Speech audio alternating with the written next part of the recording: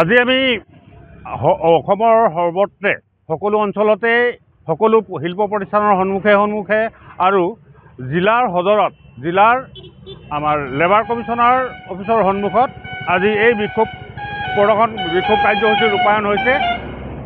কাৰণ 2019 চনৰ পৰা শ্ৰম কোড লাগু কৰিবলৈ চেষ্টা কৰি থকা চৰকাৰে বৰ্তমান যোৱা নৱেম্বৰৰ 21 তাৰিখে ইয়াৰ নটিফিকেশ্যন জাৰি কৰিলে। মানে এই শ্ৰম কোডবিলাক প্ৰয়োগ কৰাৰ জাননী জাৰি কৰিলে। জাননী জাৰি কৰাৰ লগে লগে আমি অনুভৱ কৰিছোঁ যে 21 চনৰ পৰা একেধাৰে শ্ৰমিকসকলে সাধাৰণ খাটি খোৱা জনতাই যি শ্ৰম কোডৰ প্ৰতিবাদ কৰি আহিছিল, সেই শ্ৰম কোড কিন্তু চৰকাৰে শ্ৰমিকৰ প্ৰাপ্য শ্ৰমিকৰ অধিকাৰক বৃদ্ধাংগুষ্ট দেখুৱাই তেওঁলোকে মতালিৰে এয়া বলপূৰ্বকভাৱে শ্ৰমিকৰ ওপৰত শ্ৰম কোডবিলাক জাপি দিব বিচাৰিছে। আৰু এই শ্ৰম কোডবিলাকে আমাৰ শ্ৰমিকক গোলামলৈ পৰিণত কৰিব, দাসলৈ পৰিণত কৰিব।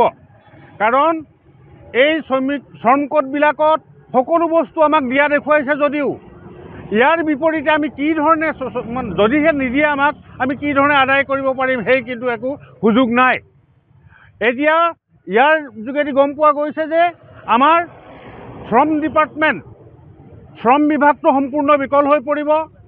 আমাৰ লেবাৰ ট্ৰিবিউনেলছবিলাকৰ কাম নাথাকিব, শ্ৰম কোৰ্টবিলাকৰ লেবাৰ কোৰ্টবিলাকৰ কোনো কাম নাথাকিব।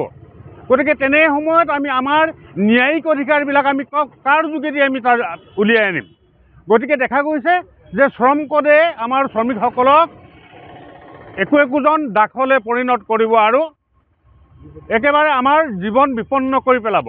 গতিকে আমি সেয়ে আজি এই শ্ৰম কোডখন আমি ইয়াত ফালিছোঁ। আমি শ্ৰম কোড নেমানো, শ্ৰম কোড নেমানো।